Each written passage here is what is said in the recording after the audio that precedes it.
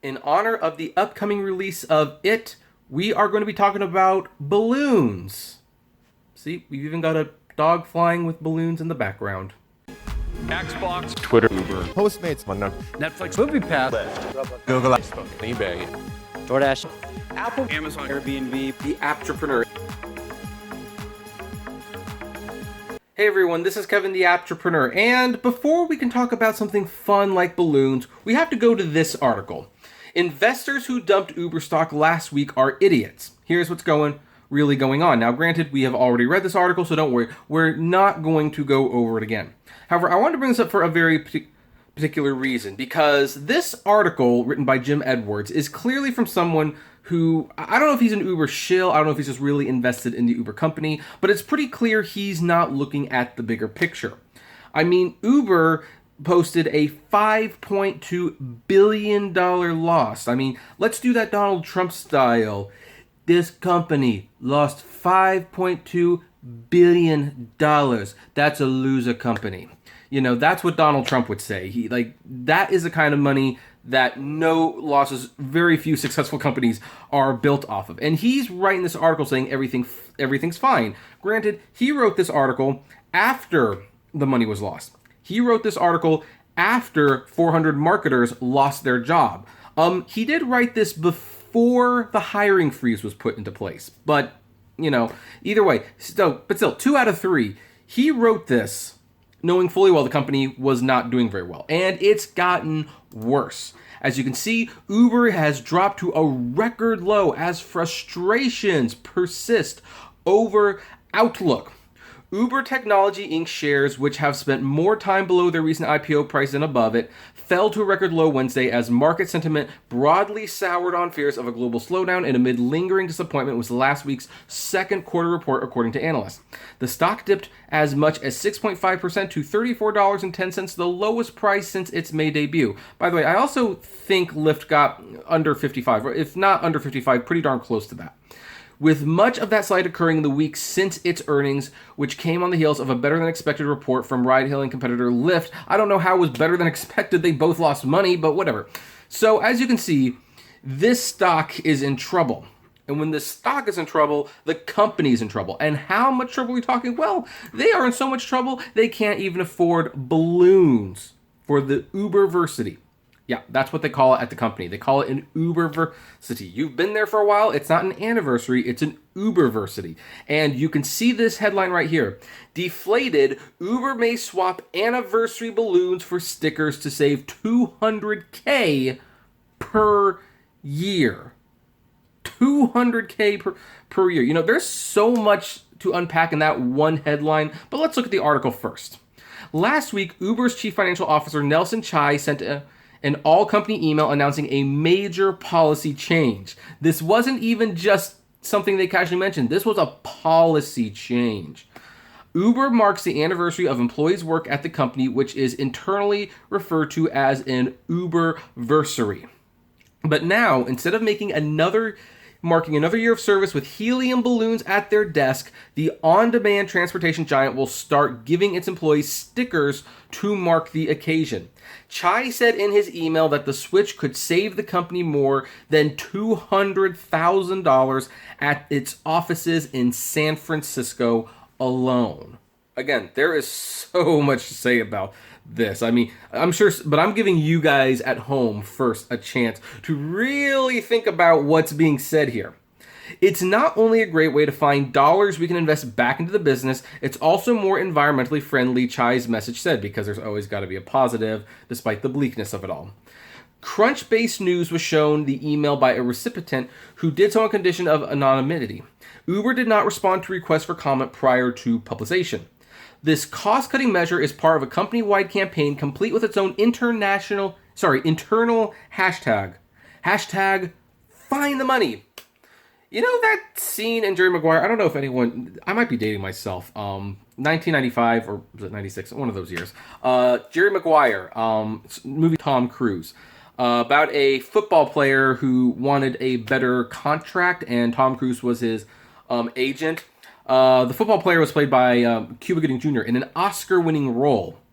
If you can believe it. Boy, did that guy's career totally tank at some point. And there's that very famous scene where he's like, I need you to do something for me, Jerry. I need you to do something for me. I need you to show me the money.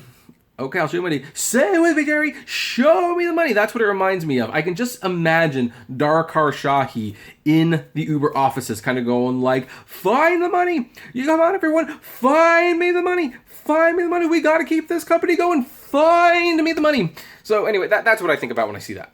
Uber executives are soliciting ideas from their employees to find ways to reduce the company's burn rate. In his email exchange, Chai credits an employee with the idea to implore others to please keep the ideas coming. It should be noted that the projected $200,000 savings from the switch to Uberversary stickers would only save Uber the cost of one senior software engineering salary for 1 year, or roughly 2 salaries for junior engineers based in its San Francisco and Bay Area offices. However, it's unlikely the savings will be reinvested in Uber's tech talent pool for now. Uber is looking to slim down its operations. At the end of July, the company laid off 400 employees in its marketing department, and last week it instituted a hiring freeze on the engineering side. In a recent all-hands meeting, when asked about the prospect of engineering layoffs, the CEO Darkar Shahi would neither confirm nor deny that some developers could lose their jobs, remarking only that Uber needed to become a more efficient organization, according to a person who attended the meeting. It will likely take more than slashing budgets with stickers to deflate Uber's ballooning losses. In its second quarter financial report delivered last Thursday, Uber reported a loss of $1.3 billion on $15.75 billion in gross bookings. Uber reported a total operating loss of $5.485 billion, which included a one-time driver appreciation award of $298 million and $3.9 billion of stock-based compensation expenses, both paid out in conjunction with its IPO. Its stock fell 10% on earnings next day. So now here's something that we should touch upon real quick, because it is true that when you take away that one-time stock-based compensation, the loss was only $1.3 billion. So it's like, oh, well, that's not too bad for Uber, right? And it's like, yeah, but the loss on income was like $870 million or something the last quarter or something like that. So it's still getting higher. Months ago, some at Uber hoped the company would go public at a whopping $100 billion valuation. I knew that was not going to happen. Uber went public on May 9th, raising $8.1 billion for the company, valued by Wall Street at $82.4 billion. Still highly overvalued, in my opinion. Fully diluted. At the time of this writing, Uber's market capitalization hovers at just over $63 billion, down over 20% in the first 3 months as a publicly traded company, and expected to go down. And yeah, what's kind of ironic about all this is like it's actually getting to the price that I was originally waiting for before buying the Uber stock. And why I didn't listen to my own advice, I don't know. Maybe those guys in Chicago's are right. Maybe I'm an idiot. But let's go back to the top of this. Let's really think about this. Let's look at this. This is truly hilarious. Uber is trying to save so much money. Like, they are bleeding money so much that they are swapping out balloons for stickers. And they're happy to be saving $200,000. Now, here's the thing. I don't begrudge them for wanting to save money. I mean, first of all, I don't even like balloons, to be perfectly honest. I have sensitive hearing, and balloon noises, they bother me, to be perfectly frank. So I will take the stickers any day of the week for whatever that's worth. But really think about this. I mean, first of all, they're spending $200,000 on balloons a year for Uberversaries. That's crazy to begin with. But then they are so desperate to save money that they're going to stop using balloons, and it's like, hey, we've saved $200,000. That's $200,000 a year. We're not bleeding. And they're telling employees to keep sending in the suggestions. Keep sending them in. We need to save more money. We're bleeding too much.